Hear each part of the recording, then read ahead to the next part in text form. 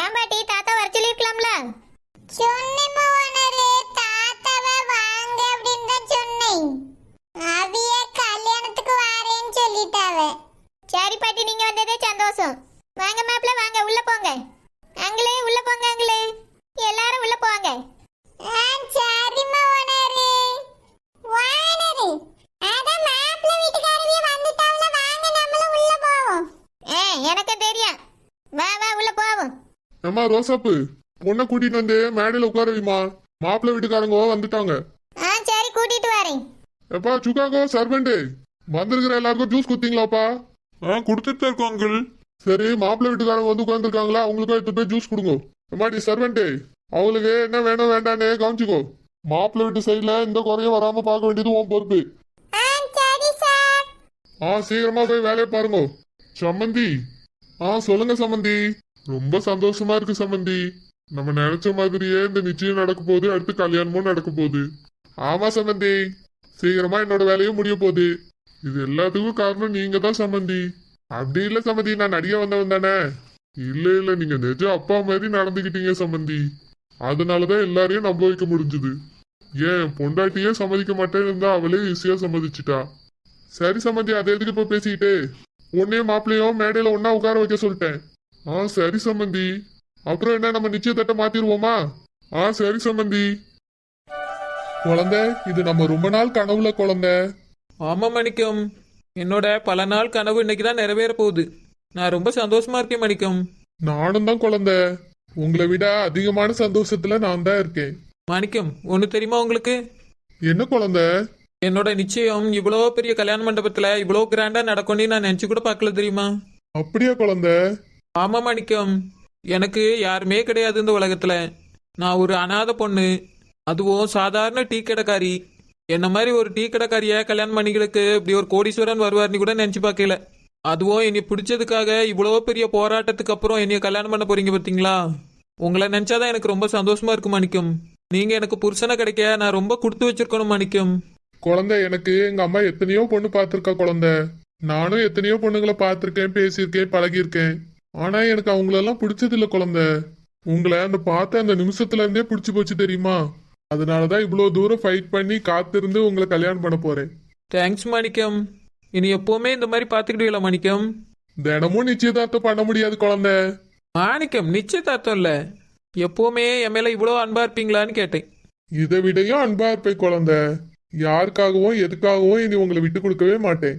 நானும் தான் மணிக்கம், என்னோட உலகமே நீங்க தான். உங்களை விட்டு என்னை எப்பவுமே நான் பிரிய மாட்டேன்.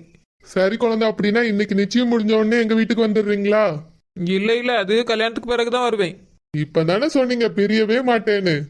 அப்போ அது எல்லாம் பொய்யா குழந்தை? இல்ல மாணிக்கம், கல்யாணத்துக்கு பிறகு உங்களை நான் பிரியவே மாட்டேன். எப்பவும் உங்களை மட்டும்தான் நினைச்சிட்டே இருப்பேன். ஆனா இப்போ என்னால உங்க வீட்டுக்கு வர முடியாது. கல்யாணத்துக்கு அப்புறம் உங்க வீட்டை தவிர வேற எங்கேயும் இருக்க மாட்டேன். சரி குழந்தை. குழந்தை, ஒன்னு சொல்லட்டுமா? என்ன மாணிக்கம்? ஐ லவ் யூ குழந்தை. நானும் ஐ லவ் யூங்க. சம்மந்தி, வாங்க சம்மந்தி, தட்டு மாத்திரலாம். குழந்தை, நிச்சய தட்டு மாத்த போறாங்க குழந்தை. நிச்சய தட்டு மட்டும் மாத்திட்டாங்க, நம்மளுக்கு பாதி கல்யாணம் முடிஞ்ச மாதிரி. அப்படியே மாணிக்கம்? ஆமா குழந்தை. எல்லாத்துக்கும் அந்த சரோஜாவே முன்னாடி வைக்காவ, எதுக்குன்னே தெரியல. வரவேற்க நிக்கவும் இவதான் நிக்கா, மேடையில நிச்சயதார்த்தம் வாங்கவும் இவதான் வந்து நிக்கா. இப்ப எதுக்கு இவ்வளவு கூட்டிட்டு வரணும்?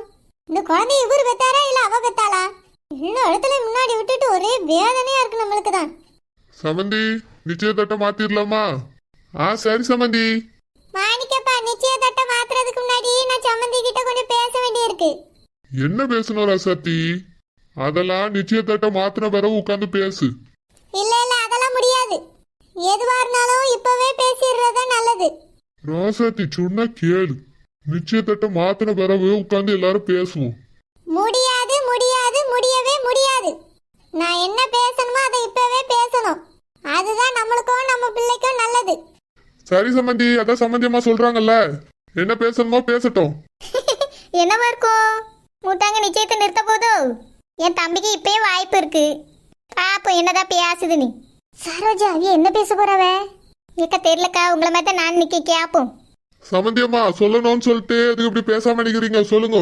அது ஒண்ணும் இல்ல சம்மந்தி, இதை பத்தி நீங்களே பேசுவீன்னு நானும் என்ன பேசணும் சம்பந்தி? அன்னைக்கு கூட நான் உங்க ஊர் தேடி வந்திருந்தேனே உங்க வீடு பாக்குறதுக்கு. அன்னைக்கே பேசியிருக்கலாமே, எதுவா இருந்தாலும். என்ன பேசணும்னு சொல்லுங்க. இல்ல சம்பந்தி, நீங்க பெரிய பணக்காரரு, உங்களுக்கு இருக்கிறது ஒரே பொண்ணு. உங்க சொத்தெல்லாம் எப்போ அவ பேர்ல எழுதுவீங்க அதெல்லாம் எதுவுமே சொல்லவே இல்லையே. நீங்களாவது சொல்லுவீங்கன்னு பார்த்தேன். இது வரைக்கும் அதை பத்தி நீங்க எதுவுமே பேசவே இல்லை. என்ன சம்பந்தி இதெல்லாம்? சம்பந்தி அம்மா என்ன கேக்குறாங்க? ரோசத்தி மேடையில வந்து கேக்குற விஷயமா இது? எது பேசுறதா இருந்தாலும் பிறகு பேசிக்கிடலாம். இப்படி பழைய மாதிரி எல்லாத்தையும் ஆரம்பிக்கிறீ எதுக்கு ரோசத்தி? சரிதான், அப்ப நிச்சயம் நடக்க போறது இல்ல. ஒளிமயமா தெரியுது அந்த முட்டாங்க நெத்தியில. பாப்போம் என்னதான் பேசுது. நானும் சும்மா இருக்க மாட்டேன் இன்னைக்கு. மாணிக்கப்பா சும்மா இருங்க, எனக்கு எல்லாம் தெரியும். இப்பவே எல்லாத்தையும் கேட்டு விசாரிச்சு வச்சுக்கிட்டாதான் எல்லாம் சரி வரும். நீங்க சும்மா இருங்க, நான் பேசிக்கிறேன். இங்க பாருங்க சம்பந்தி, உங்களுக்கு இருக்கிறது இந்த ஒரே ஒரு பொண்ணு தான் நீங்க சொல்றீங்க.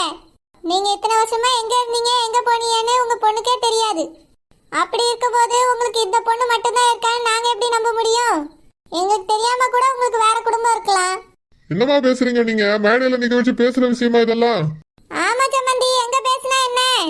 நான் ஒன்னும் எதுவும் தப்பா பேசலையே. இருக்கதா இருக்கபடிதான் சொல்லிட்டு இருக்கேன். என்னம்மா, எனக்கு என்ன ஒரு குடும்பம் இருக்குன்னு சொல்ல வரீங்களோ? இருக்கலாம் அப்படின்னு தான் சொல்ல வர சம்பந்தி. அப்படி இருந்து உங்க சொத்து பூரா அந்த குடும்பத்துக்கு போயிருச்சுன்னா நாங்க என்ன பண்றது சம்பந்தி? அதனால உங்க சொத்து எல்லாத்தையும் உங்க பொண்ணு மேல எப்ப எழுதி வைப்பீன்னு இந்த மேடையில சொல்லுங்க. என்ன சம்பந்தி இதெல்லாம்? சம்பந்தி அம்மா மேடையில வந்து நின்னுங்கன்னு இப்படி பேசிட்டு இருக்காங்க. இதெல்லாம் என்ன நியாயம்? அவங்களே வந்து பொண்ணு கேட்டாங்க. இப்ப சொத்தை எப்போ எழுதி வைப்பீங்கன்னு கேட்டுட்டு இருக்காங்க. அப்ப சொத்துக்காக தான் என் பொண்ணை கல்யாணம் பண்ணிக்க வந்தாங்களா? இல்ல சம்பந்தி, அப்படிலாம் எதுவும் இல்ல. ரோசத்தி சம்மதி கோவப்படுறாரு. ஏன் அப்படி பண்ற? நீங்க சும்மா இருங்க மாணிக்கப்பா. நாம இப்ப விட்டுட்டோம்னு வச்சுக்கோங்க, இத பத்தி பேசவே முடியாது. கல்யாணம் முடிஞ்ச பிறகு அவர் பாட்டுக்கு கிளம்பி போயிட்டாருன்னா என்ன பண்ண? ஏற்கனவே இந்த பிள்ளை கூட அவரு இல்ல, இப்பதான் திடீர்னு வந்திருக்காரு. அப்படிப்பட்டவர் எவ்வளவு நாள் இருப்பாரு, எப்படி இருப்பாருன்னு யாருக்கு தெரியும்? இதுக்கு முன்னாடி இந்த இடத்துல அவர் குடும்பம் இல்லாம இருந்தாருன்னு எப்படி சொல்ல முடியும்? அதனாலதான் இந்த விஷயத்தை இந்த இடத்துல பேசி ஆகணும். இவரு வயசானவரு, அவ்வளவு சொத்தையும் வச்சுட்டு என்ன பண்ண போறாரு? நம்ம பையன் பேர்லயே அவைய மகா பேர்லயே எழுதி வைக்க வேண்டியதானே? அவர் வந்து இத்தனை நாள் ஆச்சு, இன்னும் அந்த வாடகை வீட்டுல தான் இருக்காரு. அந்த பிள்ளைக்குன்னு ஒரு வீடு கூட அவர் வாங்கி கொடுக்கல. கல்யாணத்துக்கு பிறகு மட்டும் சொத்தை எழுதி வைப்பாவன்னு என்ன நிச்சயம் இருக்கு? அதனால இப்பவே பேச வேண்டியதெல்லாம் பேசி முடிச்சிடணும். ஒரு பெரிய ஆள் ராசாத்தி. அது மட்டும் இல்லாம வசதியானவரு. அவரை இந்த மேடையில நிக்க வச்சு எல்லாரும் முன்னாடியே கேக்குற கேள்வியா இதெல்லாம்? எல்லாரும் என்ன நினைப்பாங்க? வாயை மூடிட்டு நில்லு. முடியாது மாணிக்கப்பா, எனக்கு யார் மேலேயும் நம்பிக்கை இல்லை. இப்பவே அவைய சொத்தெல்லாம் எப்ப எழுதி வைப்பாங்கன்னு சொல்லி ஆகணும். அப்பதான் நிச்சயத்தை நடக்க விடுவேன். சமந்தி என்ன சமந்தி? சமந்தி அம்மா என்னதான் சொல்ல வராங்கோ? ஒன்னும் இல்ல சமந்தி, நம்ம தட்டை மாத்திக்கலாம். இல்ல இல்ல, தட்டெல்லாம் இப்ப மாத்த முடியாது. தட்டை மாத்துறதுக்கு முன்னாடி சம்மந்தி நான் கேட்டதுக்கு பதில் சொல்லுங்க. உங்க சொத்து எல்லாத்தையும் உங்க மக பேர்ல எப்ப எழுதி வைப்பிய அத சொல்லுங்க முதல்ல. ஏம்மா ஏமா இப்படி கேட்டுட்டு இருக்கா? எனக்கு எந்த சொத்தும் வேண்டாம், குழந்தை மட்டும் போதும். நீ ஒழுங்கா தட்டை மாத்து. நீ சும்மா இரு மாணிக்கம். உன் வாழ்க்கைக்காக தான் நான் பேசிட்டு இருக்கேன். என் வாழ்க்கை என் கையில தாமா இருக்கு, அவரோட சொத்துல எல்லாம் இல்ல.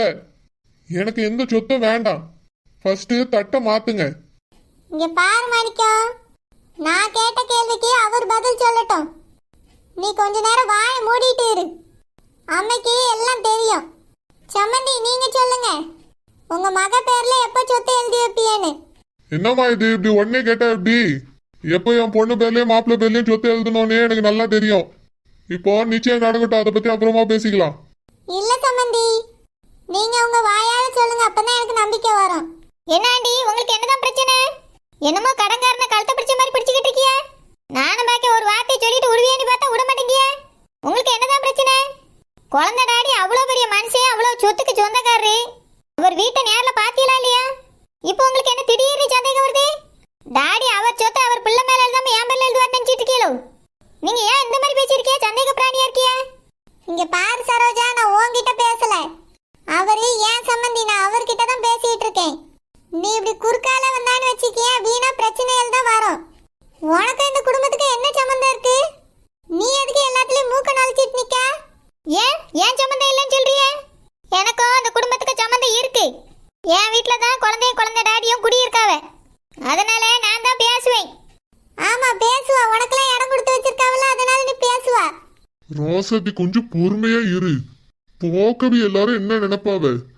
இவ்வளவு பேர் கூடியிருக்க இடத்துல வச்சு இப்படியே பேசிட்டு இருப்பா. நம்ம சொந்தக்காரங்களும் பார்த்துட்டு இருக்காவ ராசாத்தி. நீங்க சும்மா இருங்க மாணிக்கப்பா. நம்ம சொந்தக்காரவிய தான் இதெல்லாம் கேட்க சொன்னாவ. குறிப்பா எங்க மைனி சொல்லி விட்டாவ. முதல்ல இதை கேளு, அதுக்கு பிறகுதான் நிச்சயம் பண்ணணும்னு. என்னைக்கா இருந்தாலும் அவர் சொத்தை மக பேர்ல தானே எழுதி வைக்க போறாரு. அதுக்கு ஒழுங்கான பதில் சொன்னா என்ன மாணிக்கப்பா? கேட்டா எதுக்கு எல்லாருக்கும் கோவம் வருது? இப்படி இருந்தா பிறகு எப்படி நம்புறது? கல்யாணத்துக்கு முன்னாடியே இப்படி இருக்கு. கல்யாணம் முடிஞ்ச பிறகு அவர் பாட்டுக்கு விட்டுட்டு போயிட்டாருன்னா என்ன பண்ணுவீங்க? நல்ல குடும்பம் கிடைச்சிருக்கு, தலையில மிளகா அரைச்சிடலாம் நினைச்சா என்ன பண்ண முடியும்? அதான் இப்பவே பேச வேண்டியது எல்லாத்தையும் பேசிடுவோம். ராசாத்தி, நீ தான் அவிய வீட்டுல போய் பொண்ணு கேட்க போனா. அவரா நம்ம வீட்டுக்கு வந்து பொண்ணை கேட்டுக்கங்கன்னு சொன்னாரு. அவர் பாட்டுக்கு அவர் வீட்டுல தானே இருந்தாரு, நம்மள தானே போனோம். இப்ப இப்படி பேசினா என்ன அர்த்தம் ராசாத்தி? எதுக்கு இப்படி மாத்தி மாத்தி பேசிட்டு இருக்கா? மாணிக்கப்பா அவரா வாயை திறப்பாரு, ஏதாவது சொல்லுவாருன்னு நானும் எதிர்பார்த்துட்டு இருந்தேன். அவரு நிச்சயத்தை முடிக்கணும், கல்யாணத்தை முடிக்கணுங்கிறதுல தான் குறிக்கோளா இருக்காரு. நம்ம கிட்ட இது வரைக்கும் சொத்தை பத்தியும் பேசல, வரதட்சணை பத்தியும் பேசல. இவ்வளவு சொத்து வச்சிருந்தோம், மகளுக்கு இதை செய்யறேன் அதை செய்யறேன்னு ஒரு வார்த்தை கூட சொல்லவே இல்லை. இன்னும் நம்ம பெரிய மனசு பண்ணி பொண்ணு கேட்டோம். அவரு இவ்வளவு பெரிய பணக்காரரு, ஒன்னும் செய்யாம அனுப்பி விட்டுருவாரோ? வாயை திறந்து அதை செய்யறேன் இதை செய்யறேன்னு ஏதாவது சொல்லணுமா இல்லையா? அதனால நான் கேட்க வேண்டிய எல்லாத்தையும் கேட்டுதான் ஆவேன். சம்மந்தி, சொத்தை எப்போ உங்க மக பேர்ல எழுதுவிய? அத முதல்ல சொல்லுங்க. நிச்சயம் முடிஞ்ச பிறகு அதை பத்தி பேசலாமா? இப்ப எதுக்கு கேட்டுன்னு இருக்கிறீங்க? இப்பதான் சம்மந்தி கேட்க முடியும், எனக்கு ஒழுங்கான பதில் வேணும். அப்போ சொத்துக்காக அந்த பிள்ளைய கேட்டு வந்தீங்களோ? சொத்து இல்லைன்னா வேண்டாம்னு சொல்லிட்டு போயிருவீங்களோ? குழந்தை டாடி எப்பயாவது உங்க வீட்டுல வந்து என் பொண்ணை கட்டிருங்கன்னு சொன்னாரோ? நீங்களா வந்து காலில் விழுந்துட்டு இப்ப இப்படி பேசினா என்ன அர்த்தம்? இங்க பாரு சரோஜா, நீ என்கிட்ட பேசாத. எதுவா இருந்தாலும் சம்மந்தி பேசட்டும். குழந்தைக்கும் குழந்தை டாடிக்கும் நான் தான் பேசுவேன். இந்த மாதிரி சொத்து சொத்துன்னு நின்னியல்னா நாங்க நிச்சயத்தை நிறுத்திட்டு இப்பவே வீட்டுக்கு கிளம்பியோம். கிளம்புனா யார் கசிங்க? பொண்ணு பெத்தவரு அதெல்லாம் யோசிக்காமலையா இருப்பாரு? நல்லா யோசிச்சு முடிவெடுங்க. இங்க பாருங்க சம்மந்தி, இந்த சரோஜா சொல்றதுக்காகலாம் நிச்சயத்தை நிறுத்தணும்னு நினைக்காதங்க. ஏற்கனவே நீங்க வர்றதுக்கு முன்னாடி உங்க மகளுக்கு ஒரு தடவை நிச்சயம் நின்றுருக்கு. இப்போ ரெண்டாவது தடவை நின்னா நல்லா இருக்காது. அதுவும் மேடையில வந்து ஒன்னா உட்கார்ந்துருக்காவ. ஊரே கூடி இங்கதான் உட்கார்ந்துருக்கு. இந்த நேரத்துல கொஞ்சம் யோசிங்க சம்மந்தி. யோசிச்சு நல்ல பதிலா சொல்லுங்க. எப்போ உங்க மக பேர்ல இந்த சொத்தெல்லாம் எழுதி வைப்பீங்க? அதுக்கு மட்டும் பதில் சொல்லுங்க, நிச்சயம் நடக்கும். இங்க பாருங்க டீ கடைக்காரி எனக்கு பிடிச்சிருக்கு அப்படின்னு தானே பொண்ணு கேட்டு வந்திய. இப்ப எதுக்கு எங்க அப்பாட்ட நீங்க சொத்து சொத்துன்னு கேட்டுட்டு இருக்கிய? இங்க பாருமா மருமகளே, நாங்க பெரியவங்க பேசிட்டு இருக்கோம், நீ அமைதியா இரு. நீலாம் இதுல தலைவிடக்கூடாது. உங்க அப்பாவும் நானும் பேசி நல்ல முடிவுக்கு வருவோம். சமந்தி, நீங்க சொல்லுங்க சமந்தி, என்னைக்கு சொத்தை மாத்தி எழுதுறிய? ஏமா, என் மேல உங்களுக்கு நம்பிக்கை இல்லைன்னா எதுக்காகமா பொண்ணு கேட்டு வந்தீங்க? நானா வந்தேன் உங்க வீடு தேடி. இப்படி சொத்து சொத்துன்னு கேட்கறது எனக்கு சுத்தமா பிடிக்கல. என் பொண்ணுக்கும் இதெல்லாம் பிடிக்காது. என் சொத்து வேற யாருக்கும் கிடையாது, என் பொண்ணுக்கு தான்.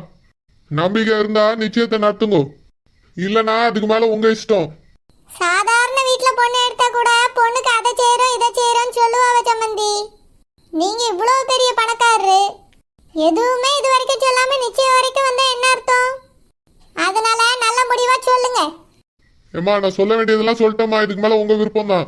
டாடி இவைய பேசியதுக்கெல்லாம் நீங்க சம்மதிக்காதங்க. சொத்து எழுதி கேட்டா உடனே எல்லாம் எழுதி கொடுக்க முடியாது. இவ்வளவு நம்பிக்கை இல்லாதவங்க எதுக்கு பொண்ணு கேட்டு வந்தவன்? அதனால டாடி நான் சொல்லியதை கேளுங்க, இப்பவே நம்ம வீட்டுக்கு போவாங்க. இந்த நிச்சயம் நீங்க சொத்து எழுதி வச்சாதான் நடக்கும்னா நடக்கவே வேண்டாம். குழந்தை எழுந்துரு, நம்ம வீட்டுக்கு போலாம். மாணிக்கம், என்ன நடக்குங்க? அப்படின்னா நம்மளுக்கு நிச்சயம் நடக்காதா மாணிக்கம்?